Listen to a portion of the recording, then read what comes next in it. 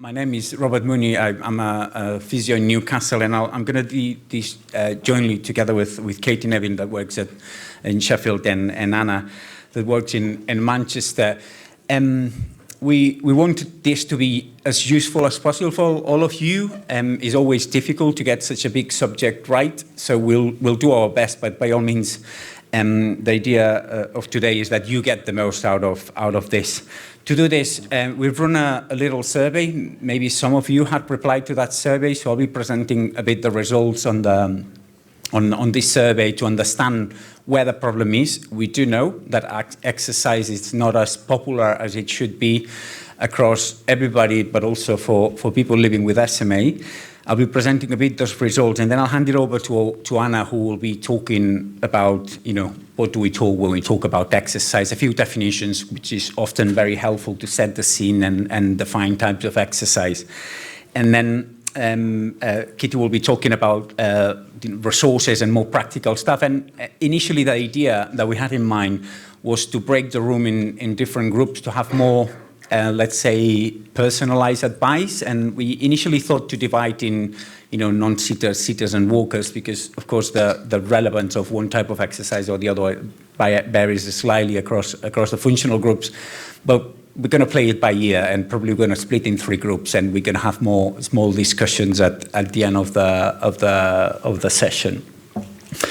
So, as I was saying, we've circulated a survey about access to exercise, and in this survey there was a good split in between adult patients and pediatric patients. Of course, the pediatrics were mainly completed by the parents or carers. We had a good split in between SMA types, again, more prominence of pediatric patients in the type 1. And we had a good spread across, let's say, different functional levels, from those who are able to walk without aids up until those who are unable to see it or wheelchair users.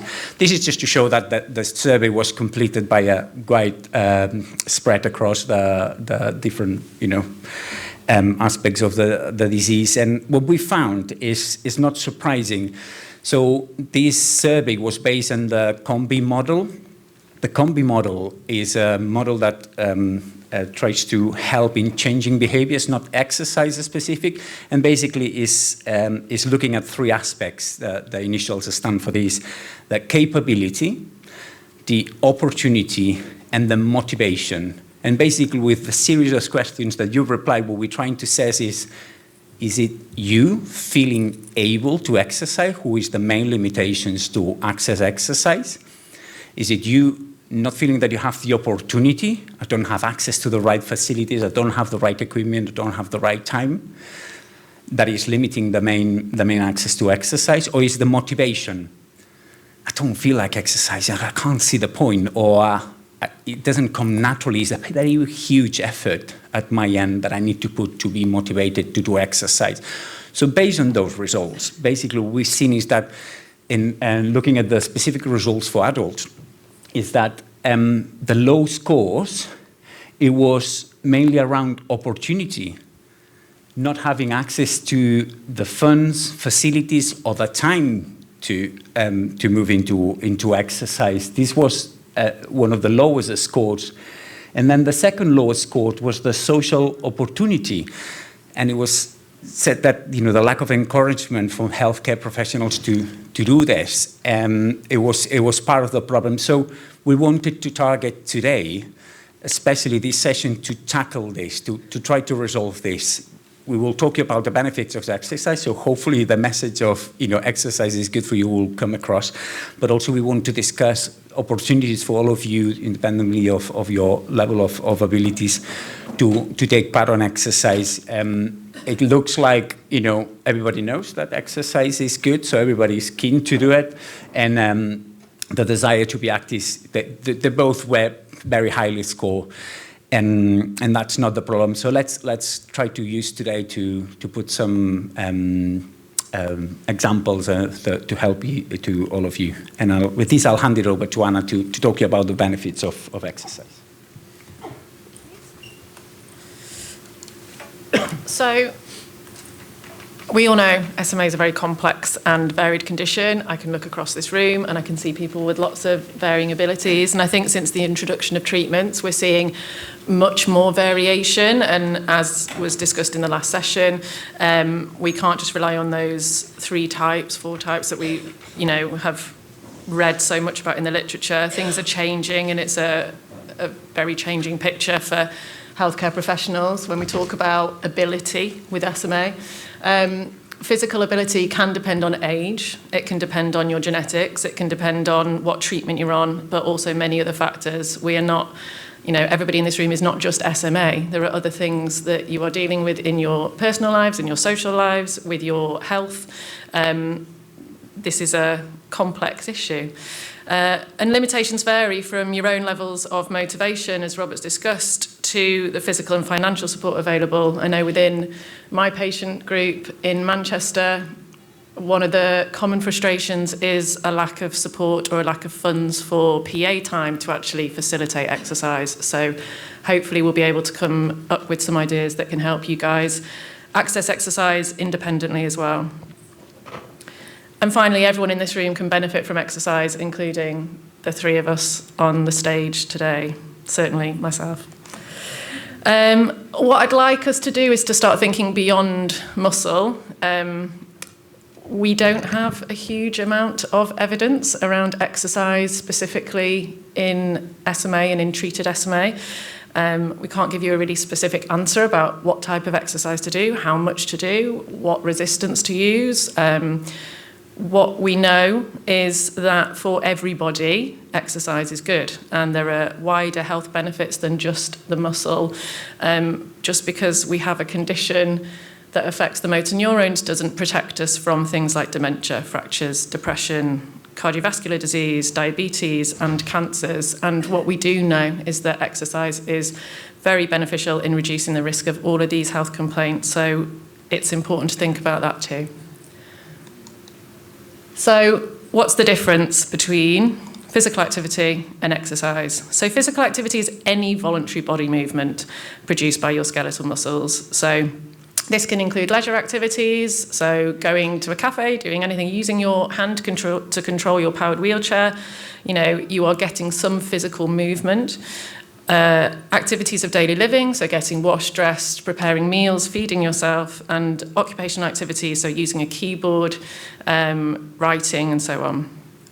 Exercise is more about planning and structuring your physical activity. So it's performed specifically to improve or maintain one or more components of physical fitness. Ideally, what we would like is for that to be goal-driven, so to give real purpose to your exercise. So we start to think about what is your goal. Some people will have a goal to improve their stamina and their endurance. Some people will want to improve their strength and their functional ability. Others may want to improve their flexibility, their ability to be positioned in a chair or a certain piece of equipment, or to be able to wear shoes or their orthotics. Ideally, we want your goal to be personal to you. And we want to actually monitor progress. We don't just want to set a goal and forget about it. It's important to think about how you're getting on and, if necessary, change what you're doing to achieve your goal. So that's the review and adapt part. If you want to improve your stamina and your exercise tolerance, we'd encourage aerobic exercise, so not necessarily adding resistance. If you want to improve strength, you need to add some resistance, and that could just be gravity. And if you want to improve flexibility, there needs to be a stretch to the muscle tissue. And all kinds of exercise, hopefully, will bring some psychological and social benefit. So just to kind of break down those 3 different types of exercise, aerobic exercise is generally fairly long in duration. We want to get the cardiovascular system working, so it's low intensity. We'd expect you to be able to do it for a certain amount of time.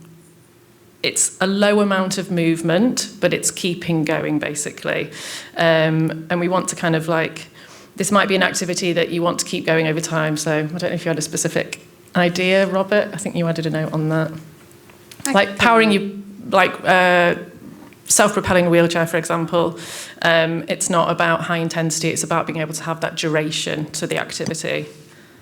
Yeah, and if we're thinking like a specific type, I have some patients who do have that go to the pool. It might be that they can move their legs in the pool while holding onto the side, or walking up and down in the pool because they're supported by the water buoyancy. It might be also that my SMA3 patients, even though they're a wheelchair user, might have good upper limb function and be able to use a hand bike. So they might be able to pedal using a hand bike on a table in front of them, and we're trying to build up the time doing that. And if anybody has ever tried a hand bike, it gets you really out of breath. I can feel my heart and lungs working harder. It's increasing my respiratory rate, so that would be a good example of trying to build up that aerobic fitness, which we know is good for our heart and lungs. So the next one we look at is resistance exercise. So resistance exercise is moving towards a goal of increased strength of the muscle. So we're loading the muscle tissue. We need to stress the muscle tissue to make the body create more muscle cells. So it's important that this is quite high intensity in terms of what we're putting the muscle tissue through. So it can be a short duration. However, when you think of those bodybuilders, when they're trying to bulk up muscles, they tend to do everything quick and fast. It's not about maintaining their exercise over a long period of time. It's about really loading the muscle tissue. Obviously within the limits of safety. So we do not have a huge amount of evidence or any actual proper evidence about how much we can load muscle tissue in neuromuscular diseases. And I think what we're forced then to do is give quite vague advice, but try and be sensible and say, listen to your own body. Listen to what signals you're receiving. And if you feel a exercise is too much, then we would just ask you to be sensible and not do it. If you're getting sharp pain during exercise, don't do it. Saying that it's important to know that exercise is stressing the body, and when we load a muscle, there is going to be some damage to that muscle tissue. That is how muscles grow. We cause a little bit of damage and they repair. So it's really important to understand that after you've done some resistance exercise, it's completely normal to have what we call DOMS, delayed onset muscle soreness. So within 2 to 3 days, you'd expect to get some stiffness and soreness, and that's completely normal. When you're experiencing pain during the exercise, that's a sign that you've done too much. With resistance exercise, it's a variable amount of movement, but like we said, it's a higher intensity, but for a shorter duration. And then finally, stretching exercise. We're all fairly familiar with stretching. I'm sure you're all doing your stretches every day, 3 or 4 times a day, spending lots of time. And I know when I do my SMA Reach paperwork, I ask the stretching question and everybody starts looking around the room or making comments about the aircon or something. And so I know stretching isn't fun. Stretching is uncomfortable. The very nature of stretching is that we are pulling your muscles. It's not a pleasant experience, but the goal is mobility. The goal is maintaining your joints, and there is an importance to that. We want you to be able to be comfortable in your chair or lying on a bed. I have patients coming to me in their 40s and 50s asking for referrals to orthopaedic surgeons because they just want to get their legs straight in bed. They just want to be able to get into a better position in their wheelchair. I understand when people come to me at the age of 17 and I say we should really try wearing these splints. It's not high on their priority list, but we do see people further down the line trying to undo those contractures, which is not easy to do and probably not wise at that point. So with the stretching, we're really looking for movement. We're looking to maximise the movement we're getting at each joint, but this is low intensity, and it's about holding stretch for a decent amount of time. Moving your body through range is good for the joint. It increases circulation. It will mobilise those muscles a little bit, but it won't cause lengthening of the tissue. So unfortunately, we do need to hold that stretch for a while, at least 30 seconds. I say at least 30 seconds, or longer if possible. And that's where splinting and orthotics come in, because they, of course, maintain that stretch for you for longer. Yeah, just to add to that, the current evidence supports that, mid-intensity or low intensity of a stretch for a prolonged period of time is the most effective way to gain range. So doing the stretches and holding it for a relatively short period of time wouldn't translate in an increase of the length of the muscle and soft tissue. So that's why we need to rely also in standing frames, splints, and prolonged positioning to make the most out of the stretching regimes. Over to you anyway. Sorry. And so this is a bit of a mouthful slide that I propose, and I will say, we're not going to present that, you have to do it. So it's just an example, because I generally feel like in the context of neuromuscular diseases that one of the most beneficial effects of exercise is what I'm going to tell you. So if you all imagine you as an individual, there's a number of tasks that you do in a daily basis that you do with relatively ease. These tasks may differ completely for every single one of you in the room, but they are tasks that you do with ease. This is the first circle. The second circle is your comfort zone, and do this in a regular basis. And there are tasks that, putting a bit more effort, I can do comfortably, transferring to the chair, in eating and brushing my hair. They're tasks that you do in a relatively regular basis, not always, but with a relatively comfort you are able to do. That's the second circle. And the third circle is your maximum performance. What we all physios aim to get out of you when you come to us for the assessment. We want you to show you how good are you at doing each single task, to then score it and come up with all these scales and so on and studies. So the maximum performance is how good are you at your maximum level of abilities of doing a specific task. There is, when we train, when we do exercise, one of the potential benefits of exercise is working outside of your comfort zone. Exercise should bring you outside of your comfort zone, should get you out of breath in your chair, should kind of challenge your muscles to bring that hand to the mouth, 10, 12 times that you only normally do one time. Exercise works outside of your comfort zone to try to push the limits. And one of the main benefits of exercising is potentially expanding your comfort zone. So often when we talk with you about exercise, we often say, which are the activities that you need to do or you would like to do that are really hard work? Okay, take this activity and practice it. And practicing will make it at ease. And just making the example of putting a t-shirt on. I don't know any of you, but I normally only put a t-shirt on once a day, and I take it off in the evening. So if this is an activity that you want to preserve, a very good strengthening exercise for you is putting the t-shirt 10 times on and take it off. This is an exercise that will help you. You might not get stronger, but you will get more comfortable at doing that activity, and that will increase your comfort zone. For that day, when you're not in your regular setting, the carers are late, or there's some sort of challenging situation, you will still be able to put that t-shirt on. So one of the main benefits that we can talk about exercise, regardless of the muscle strength, aerobic, flexibility, is getting more comfortable at doing things that are important for you. And I always put two examples in high performance sports. Kicking the ball through the post for Johnny Wilkinson is a relatively easy situation.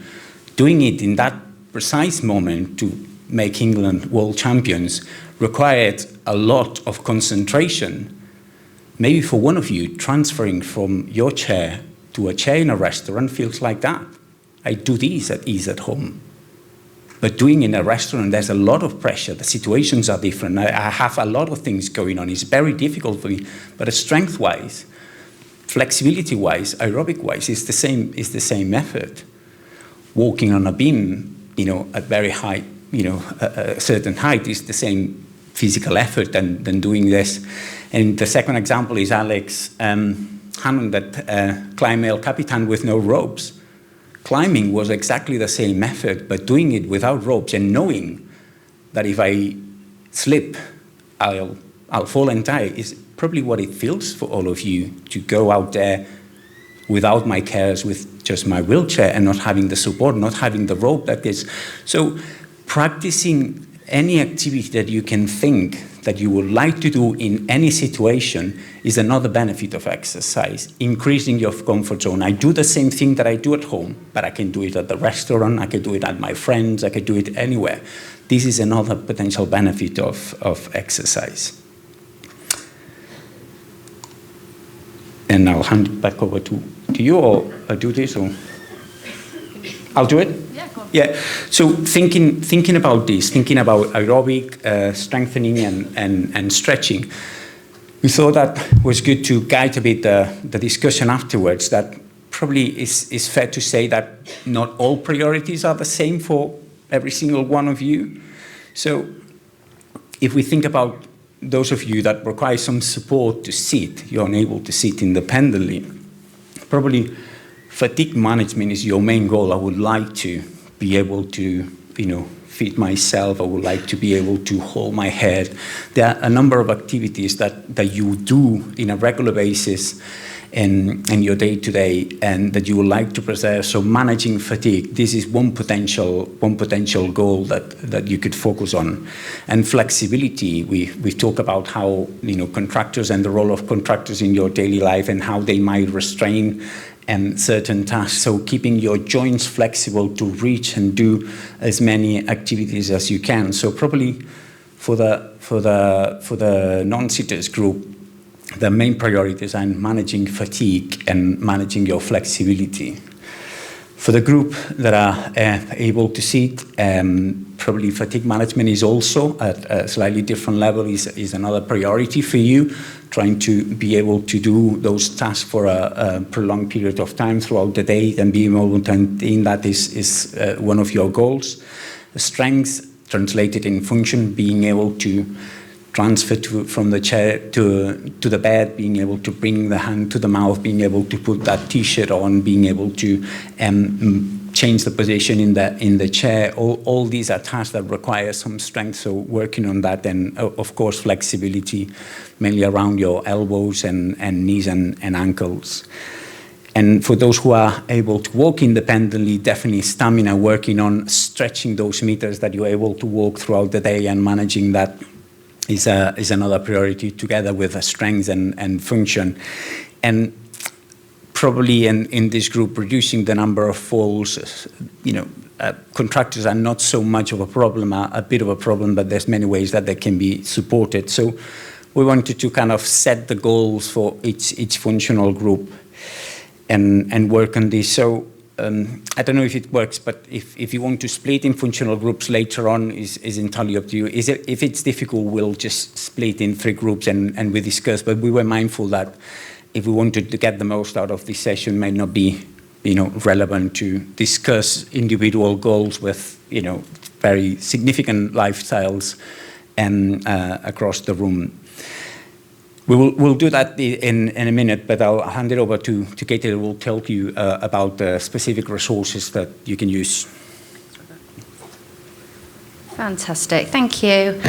So we just wanted to put in some of the things that are out there on the internet, whether people are aware or not, but we kind of just wanted to highlight them as areas to kind of signpost you to a little bit. So MD UK have got a great kind of basic exercise and physical activity advice sheet. So it kind of breaks down what the benefits are, how much, the things to watch out for, so not pushing into too much pain or discomfort.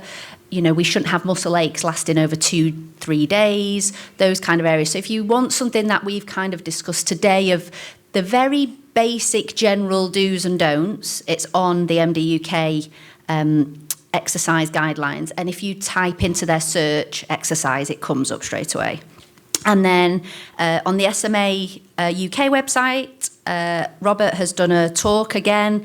I think it's a YouTube video, isn't it? It's not a podcast. So, but again, talking about exercise and SMA. So, again, you can listen to that after today's event for further advice and kind of support.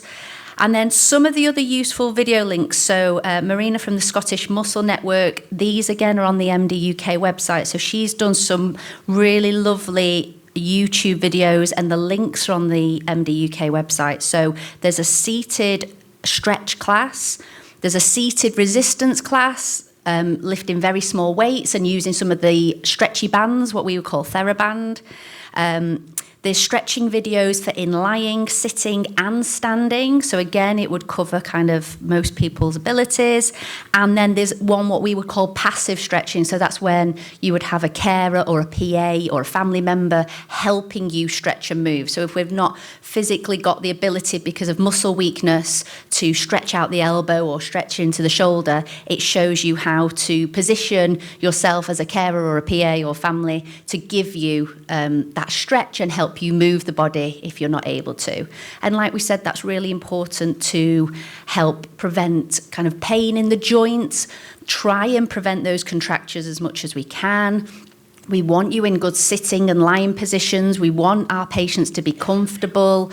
One of my big things that I talk about with my adults is trying to make sure that their feet try and stay on the foot plates as much as we can. I've got one of my patients laughing at me, because if we can keep feet on foot plates, it definitely helps with knees and hips, just with how they kind of sit ergonomically in a chair.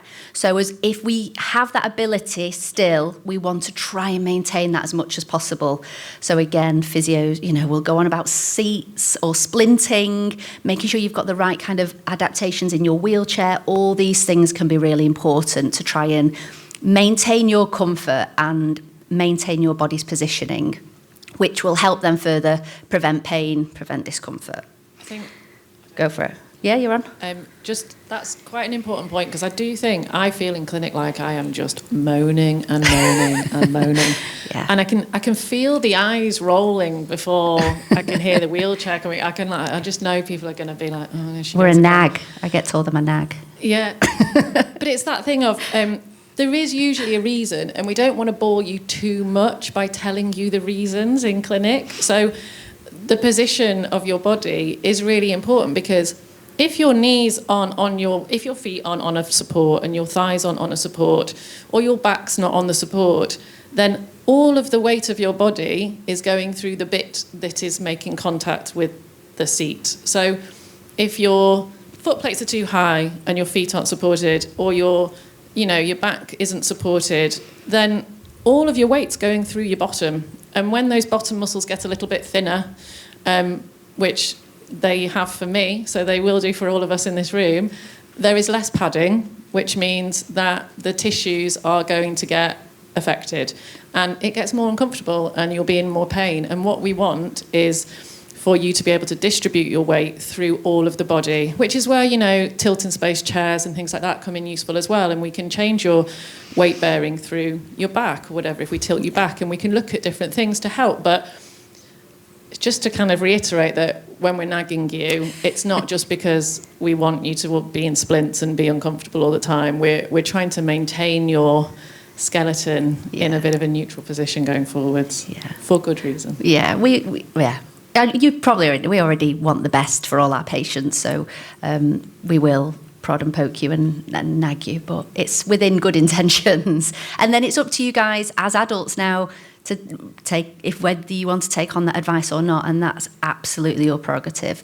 So then if I see you 6 months after and you've not got your foot in a position, then that's your choice as well. So it doesn't. It's just normal life. I don't always want to go and do a Pilates class. I'll sit and tell everybody in this room that you should leave here and go and do some of these video Pilates, but I may not go home and go and do a video Pilates class. So, we are all human beings, and our motivation will change from not just day to day, but morning to evening. And I know the only way I will ever exercise is if I book on something when I've got a grain of motivation on a Sunday night and I think this week's going to be different. Monday, everything changes. Yeah. And so I book all my gym classes on a Sunday night, and then there's a slight hope that I might attend one or two of them. So this is why goal setting is important. Yeah. And I would say, I always think of you all not following our advice as a sign of success because you've got better things to do in life than SMA. So I'm well aware of this, and we are also well aware that the general population, the levels of physical activity and exercise are, rubbish as well. So I suppose what we want to say today is that there's a role of exercise in helping you managing your symptoms and achieving some of your goals. And what is really, really important is that you see a purpose in exercising. And if you want to improve something and you have advice from us and we can help you achieving that, that's again, if you say, well, I would like to get my knees more flexible, but I'm not going to do all the stretches, and because I've got better things to do, that is also okay. Yeah. So it is absolutely fine. Yeah. But if you see a motivation, there's ways that exercise can help you. Yeah, it's definitely possible. But like we say, life is busy. And then moving forward, Activity Alliance has a great website for adaptive sports, and I know there's a sports session tomorrow. Definitely is getting more common. So around the country, there are wheelchair football teams, there's wheelchair rugby teams, there's adaptive sailing, so where you'd use hoist systems to help lower you into the boat, and you could have a buddy to help you, an able-bodied person to help you. Cycling, there's lots of adapted cyclings, especially now with the e-bikes, and again you can have like dual tandem bikes, so it's getting more momentum behind it. And I know lots of my patients have found swimming pools that they can get into now. It's still not great, I'm not going to lie, but it's getting slightly better. And my patients have found seated Pilates classes or sitting yoga, or, there's lots of different things. So look in your local area. There are some of the UK websites and the Paralympics websites and things will have information about sports and club teams if that's what you want to get into. And then also, I don't know how many people know, but we did put out some Pilates videos. Again, these are on YouTube. So if you type in Neuromuscular Pilates on YouTube, you should find them. But they're also on the MD UK website. So these have got everything from the very basic positioning of Pilates, sitting, lying, standing. And then we've added in some extra ones where we have got the resistance bands. We've got assisted, so you would use a carer or a family member to help move you. So they're, again, a really nice kind of base point if you are thinking, what can I do? Even if you can't do the whole video, pick out the bits that you can do. Try and stay on that positive side of picking what you are able to do. Okay, we'll go through these and then we'll try and have a bit of a breakout, I think. So making sure you're choosing an activity or an exercise that is right for you and your current abilities. What we're saying as physios, it's absolutely possible for you to do something additional from your normal activity levels. So again, we said activity was your day-to-day tasks, getting up, getting washed, getting dressed, getting in your chairs, getting to work. But if we're adding in that extra bit of exercise, it's that repetition of a movement towards a goal. So whatever level, we can all do more. Do it at your own pace. It takes time. Nothing is a quick fix, and exercise definitely isn't. So, stick with it. Life does get in the way. Try and, do what Anna does on that Sunday night. Try and be consistent if we can. Again, we know it's not easy. Set goals. It'll help you stay on track, even if you have a little bit of a blip that week or that month. If we've got a little bit of an end goal, it will help. Exercise can help you explore your limits. So if you do find a really nice seated exercise class at your local church hall or something, and you go and you try it for the half an hour, and you come home, and then the next 3-4 days after, you're like, whoa, I can really feel that in my muscles. It's affecting my movements and things like that. Next time, if you go to it, just don't be pushing it as hard. Bring the level down a little bit. You've got to self-modify, and as we know from the lack of research into exercise and SMA, there's no clear you do this many times. There is not a set in stone answer, and everybody's different. So explore your limits. Be sensible. Everybody knows you have an idea when you've done too much. So it's fine to rein it in a bit, but still be doing something activity. Just on that, if you don't know where to start, we all hate the outcome measures, but what they are quite good at doing is identifying a point at which you are beginning to struggle with something. We know those elements of the realm that we won't attempt, but there are a certain number of elements with all my patients that I think, well, let's give it a go. Let's see if it's any different this time. And you yourselves will know that maybe there's an activity on that where you think, oh, I'm dreading this, I might get it on the 6th attempt. That's a really good place for you to start. Think about a task that's difficult, but that maybe you can achieve, and that's the kind of task that you can practice. My patients hate me when they're doing that. It's the light. Blooming light. It's the light. And I'm like, that's your homework. You just get some of those from Amazon and stick them around your house. They're self-adhesive. And it's about making those opportunities in your own environment. It's difficult to access gyms. It's difficult to get people to help you with things. But if you know there are activities that we've tested you on that you think, I'm struggling with that, but I can do it, make opportunities for you to do that at home. So put those lights where you can reach them. Tear up letters, tear up your bills, tear up pictures with my face on it, I always say. Tear up paper, do things that you know are difficult but you can achieve or that you want to achieve. Those outcome measures are quite good at inspiring exercise. Yeah. And as physios, we always think, I want to maintain what you have at the moment. And the reason why we're on the treatment is it's hopefully helping us maintain what we've got. It's stabilising the adult population. So if we can do those repetitions or do more of them, it's hopefully going to maintain what you've got with that function. And again, that's a game changer if we can keep that going. Okay. Don't push into pain. It's not no pain, no gain with our SMA population groups. If something hurts, it's a sign that your body does not want to do it. So don't push in and push through. It's not like these bodybuilders who are lifting the really heavy weight and they might snap their bicep, or don't push it. Okay. And do plan ahead. We know that patients, if they are accessing a swimming pool on Monday, they could probably guarantee that Tuesday, Wednesday, they're going to feel really tired, a bit more lethargic, have less energy. So they don't plan as busier days, and then they might pick up something more at the end of the week to meet up with friends, or they might work on those days. So plan ahead. We've got to kind of factor that in. The same way with life with the rest of us, we've got to plan it around work and kids and our energy levels and what we can fit in. So be sensible, because that will help, again, with your motivation, and it'll help you stick to your goal and stick to the plan. And have fun.